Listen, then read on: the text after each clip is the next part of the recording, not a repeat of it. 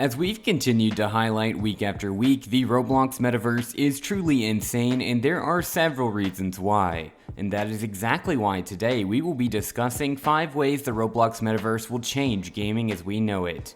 Number 1. An all-immersive gaming experience. The impact of the Metaverse will be felt not just across a small number of games, but across every game. In a Metaverse gaming environment, people will have the opportunity to engage as never before. In fact, the Metaverse of the future will probably feel like you're inside the biggest digital game ever made. In addition to making gaming more immersive through AR and VR, the Metaverse should also result in better engagement, virality, and monetization for games. The integration of e-commerce, NFTs, and other collectibles will mean that people will be able to interact with and support their favorite players in new ways. We'll also see a rise in the number of immersive play-to-earn games. PlayerMon is just one game that's providing people with an opportunity to participate in the Metaverse and earn third-party revenue. This game style allows players to exchange their winnings in the game for real money as part of a more intricate in-game economy.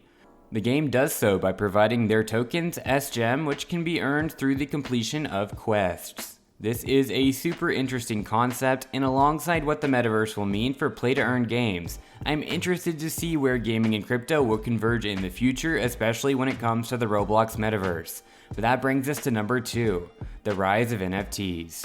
As mentioned above, a key component of the Metaverse economy will be NFTs. This will allow players to legally reap the benefits from their participation in the success of a game, while in the past, even the most dedicated players were not rewarded for their contribution. When announcing Meta's plans for its Metaverse last month, CEO Mark Zuckerberg said that the digital avatars people will use in this space will be NFTs. Smaller companies such as Decentraland also use NFTs within its Metaverse. Decentraland, a virtual world powered by cryptocurrencies and NFTs, enables players to earn the Mana token for spending time there, with land being the NFT asset. Users buy and sell digital real estate in the game, and there are already users in South Korea who are making long-term plans for the real estate they own in the game. The Sandbox is another example that's been making progress, launching their Metaverse Alpha last month. This virtual gaming world rewards gamers for spending their time and creativity in-game, enabling them to monetize time spent in the Metaverse. With the platform forging partnerships with countless IPs, players have the freedom to create, sell, and own NFTs, and it'll be really interesting to see how this trend shapes up in the Metaverse as it gains momentum, especially in the Roblox space as well. But that brings us to number 3, big tech versus startups. Big tech is piling huge amounts of cash and resources into the Metaverse in a bid to win the Metaverse. Facebook, for example, plans to spend at least $10 billion on its Metaverse division this year, while Microsoft has already taken steps to bring the Metaverse office to life. It's clear that big tech is taking this seriously.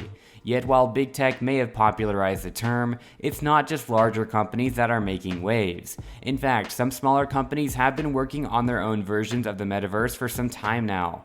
The Icelandic VR software startup lden, for example, is building a virtual world based on the game Waltz of the Wizards. lden wants to provide a place where your imagination can come to life. With the concept still taking off, there's every chance that the next innovative move could come from a smaller player or a big player like Roblox, so it's definitely something that everybody needs to be aware of and consider. But that brings us to number 4. What does the post-pandemic world hold? Since COVID, we've been hit by quarantines, lockdowns, and numerous restrictions on in-person socializing, all leading to people spending more time in virtual worlds. We've even seen some weddings relocated to Animal Crossing. However, while the conditions of the pandemic may have initially encouraged the development of the Metaverse concept, in a post-COVID world, will players still want to spend so much time virtually? Since restrictions have started to lift, we've seen a resurgence in things like shopping on the high street, eating out, and generally socializing in person rather than through a screen, and Zoom fatigue is definitely a real thing. Again, it is something to consider, and that brings us also to our last point. Everything emerging. If these new spaces were indeed to emerge, it's worth considering the issue of control and mediation of information. The internet as we know it today wasn't developed by any one single entity, but built entirely collaboratively around open standards and protocols, including notably net neutrality. Whether such principles would govern this would-be internet successor is a topic of debate.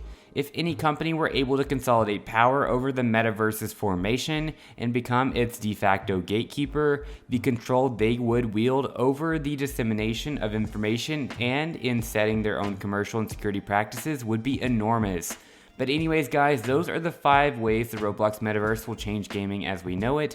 If you guys enjoyed this video, make sure you guys do go ahead and leave a like. Also, make sure you guys subscribe to Roblox Phenom with notifications enabled so you never miss out on any future content we make for you guys. Anyways, we are signing off for now, but we'll be sure to catch you all in the next one.